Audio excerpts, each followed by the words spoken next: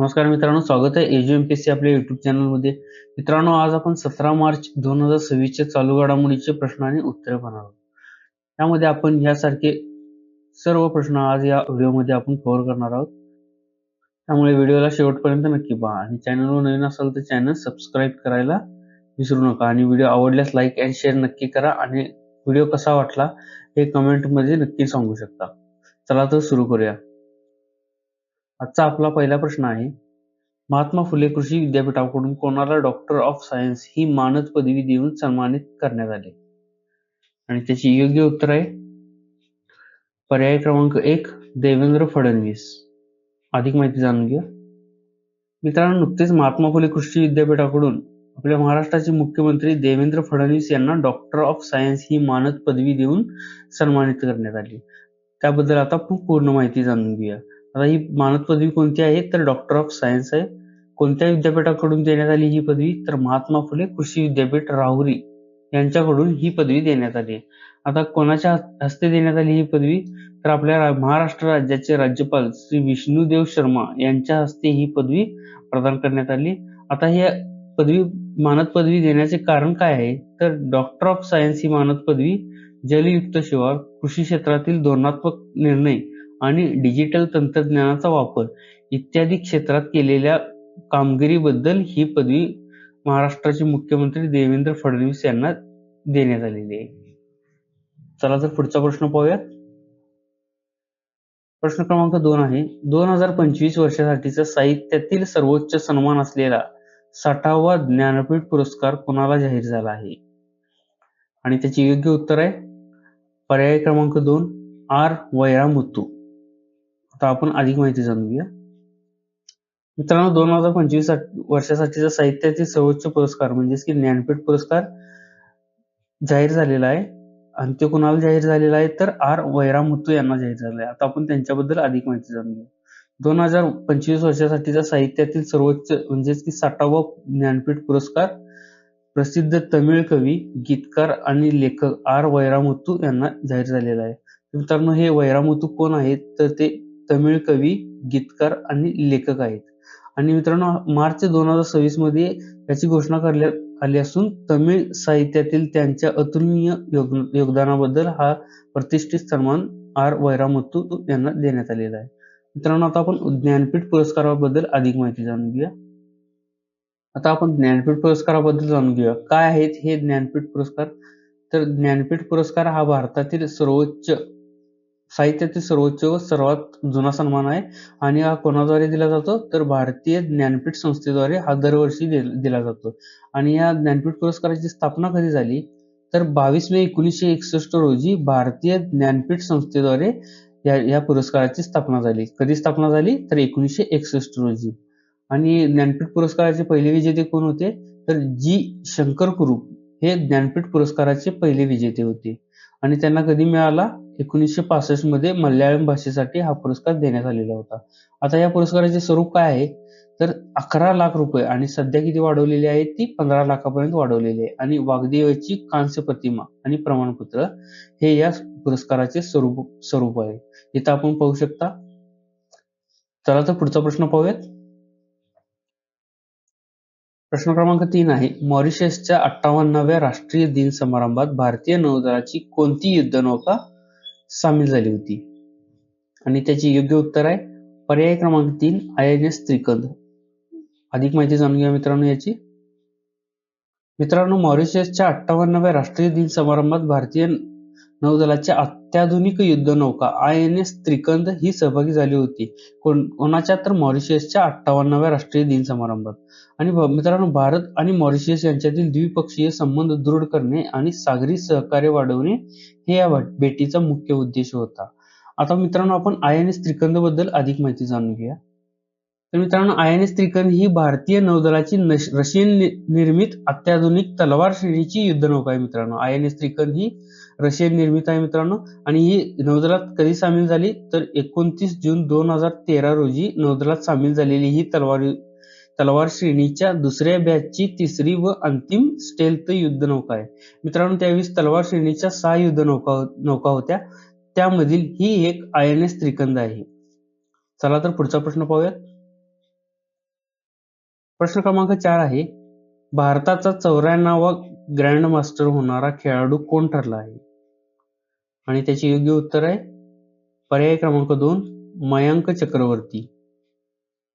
मित्रांनो, आसामचे 16 वर्षीय आंतरराष्ट्रीय मयांक चक्रवर्ती हे भारताचे 94वे ग्रँडमास्टर ठरलेले आहेत आणि तसेच आसाम तसेच ईशान्य भारतातून ग्रँडमास्टर होणारे ते पहिले खेळाडू ठरलेले आहेत. तर मित्रांनो, मयांक चक्रवर्ती हे 94वे भारताचे ग्रँडमास्टर बनलेले आहेत आणि आसाम आणि ईशान्य भारतातून होणारे ते पहिले ग्रँडमास्टर आहेत मित्रांनो. आता ही स्पर्धा कुठे पार पडली तर स्वीडन येथे झालेल्या हॉटेल स्टॉकहोम नॉर्थ चे स्पर्धेत आपली अंतिम तिसरी ग्रँडमास्टर नॉर्म पूर्ण करून ऐतिहासिक विक्रम रचलेला आहे मयांक चक्रवर्ती यांनी. चला तर पुढचा प्रश्न पाहूयात. प्रश्न क्रमांक 5 आहे, MP बिर्ला मेमोरियल पुरस्कार 2025 देऊन कोणाला सन्मानित करण्यात आले? आणि त्याचे योग्य उत्तर आहे पर्याय क्रमांक 4 यशवंत गुप्ता. अधिक माहिती जाणून घेऊया. तर मित्रांनो, यशवंत गुप्ता यांना MP बिर्ला मेमोरियल पुरस्कार देऊन सन्मानित करण्यात आलेले आहे. आता कोण आहेत हे यशवंत गुप्ता ते पाहूयात आपण आता. तर पुण्यातील नॅशनल सेंटर फॉर रेडिओ ॲस्ट्रोफिजिक्सचे संचालक आणि प्रख्यात खगोल भौतिक शास्त्रज्ञ डॉक्टर यशवंत गुप्ता यांना MP बिर्ला मेमोरियल अवॉर्ड देऊन सन्मानित करण्यात आलेले आहे. तर मित्रांनो, यशवंत गुप्ता हे नॅशनल सेंटर फॉर रेडिओ ॲस्ट्रोफिजिक्सचे संचालक आहेत आणि प्रख्यात खगोल भौतिक शास्त्रज्ञ देखील आहेत हे यशवंत गुप्ता. आणि हा पुरस्कार मित्रांनो कोलकाता येथील MP बिर्ला प्लॅनेटेरियम मध्ये हा पुरस्कार प्रदान करण्यात आला. आता मित्रांनो, आपण MP बिर्ला पुरस्कार काय आहे ते पाहूयात आपण. तर मित्रांनो, आपण MP बिर्ला मेमोरियल पुरस्काराबद्दल अधिक माहिती घेऊया. तर MP बिर्ला मेमोरियल पुरस्कार हा खगोलशास्त्रज्ञ, खगोल भौतिकी, अवकाश विज्ञान आणि संबंधित क्षेत्रातील भारतीय शास्त्रज्ञांच्या उत्कृष्ट कार्याची दखल घेऊन MP बिर्ला प्लॅनेटेरियम द्वारा कुणाद्वारे तर MP बिर्ला प्लॅनेटेरियम द्वारा दिला जाणारा हा प्रतिष्ठित पुरस्कार आहे. आणि मित्रांनो, या पुरस्काराची स्थापना कधी झाली तर 1993 मध्ये स्थापना झालेला हा पुरस्कार 2 वर्षातून एकदा प्रदान केला जातो. तर मित्रांनो, हा दरवर्षी न देता 2 वर्षातून एकदा दिला जाणारा हा पुरस्कार आहे. चला तर पुढचा प्रश्न पाहूयात. प्रश्न क्रमांक 6 आहे, भारतातील पूर्णपणे कार्यात्मक साक्षर घोषित करण्यात आलेला दुसरा केंद्रशासित प्रदेश कोणता बनला आहे? आणि त्याचे योग्य उत्तर आहे पर्याय क्रमांक 2 चंदीगड. मित्रांनो, अलीकडेच चंदीगडने 99.93% साक्षरता दर गाठलेला असून नॅशनल एज्युकेशन पॉलिसी 2020 अंतर्गत असलेला 95% साक्षरतेचा टप्पा चंदीगड या केंद्रशासित प्रदेशाने ओलांडलेला आहे आणि त्याचबरोबर पूर्णपणे कार्यात्मक साक्षर केंद्रशासित प्रदेश म्हणून घोषित करण्यात आलेला आहे. कोणता? 2 नंबरचा. आणि 1 नंबरचा कोण आहे तर लडाख हा 1 नंबरचा पूर्णपणे कार्यात्मक साक्षर केंद्रशासित प्रदेश म्हणून घोषित करण्यात आलेला होता. तो कधी करण्यात आलेला होता तर 2024 मध्ये. आता दुसरा कोणता आहे तर दुसरा आहे चंदीगड. आणि मित्रांनो, हे यश उल्हास या कार्यक्रमात म्हणजे उल्हास म्हणजेच काय understanding life long learning for all in society या भारत म्हणजेच की नव भारत साक्षरता कार्यक्रमाअंतर्गत हे यश मिळवलेले आहे. चला तर पुढचा प्रश्न पाहूयात. प्रश्न क्रमांक 7 आहे, कोणत्या राज्यात पहिला ध्वनी रॉकेट यशस्वीरित्या प्रक्षेपित करण्यात आला? आणि त्याचे योग्य उत्तर आहे पर्याय क्रमांक 4 गुजरात. तर मित्रांनो, पहिला ध्वनी रॉकेट यशस्वीरित्या प्रक्षेपित करून गुजरातने इतिहास रचलेला आहे. आणि हा ध्वनी रॉकेट कुठे प्रक्षेपित करण्यात आला तर गुजरातमधील ढोलेरा जवळ हे ध्वनी रॉकेट प्रक्षेपित करण्यात आले. आणि मित्रांनो, हे ध्वनी रॉकेट कोणत्या कंपनीने विकसित केलेले आहे तर हे ध्वनी रॉकेट अहमदाबाद स्थित startup Om space rocket and exploration private limited या कंपनीने हे ध्वनी रॉकेट विकसित केलेले आहे. चला तर पुढचा प्रश्न पाहूयात. प्रश्न क्रमांक 8 आहे, सुजल गाव आयडी उपक्रम कोणत्या प्रमुख कार्यक्रमाअंतर्गत सुरू करण्यात आलेला आहे?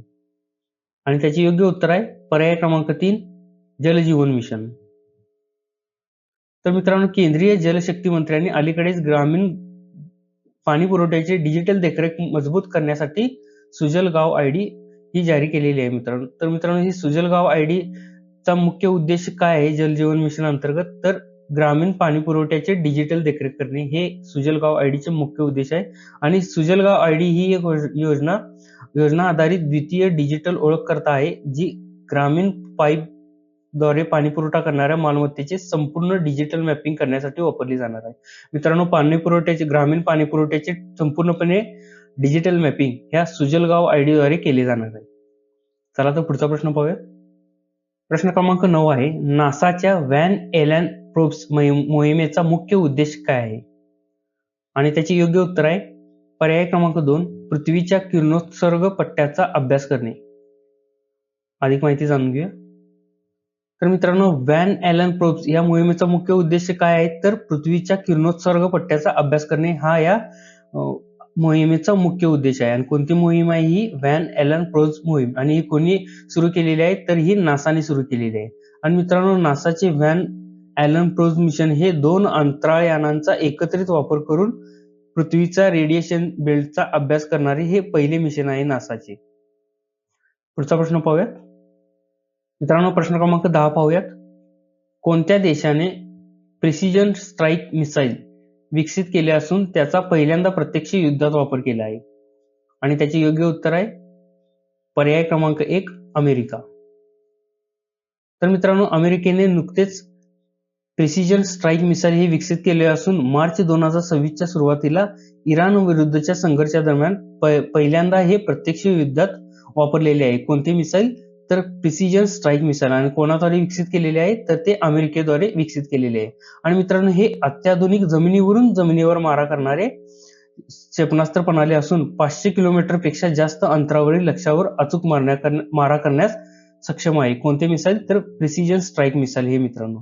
तर मित्रांनो, हे होते आजचे आपले 17 मार्च 2026 चे चालू घडामोडीचे प्रश्न आणि उत्तर. मित्रांनो, 10 प्रश्न बघितलेले आहेत. 10च्या 10 प्रश्न सर्वच्या सर्व महत्वाचे आहेत आपल्या येणाऱ्या सर्व एक्झामसाठी. मित्रांनो, व्हिडिओ आवडल्यास लाईक अँड शेअर नक्की करा आणि व्हिडिओ कसा वाटला हे कमेंटमध्ये आपण नक्की सांगू शकता. धन्यवाद.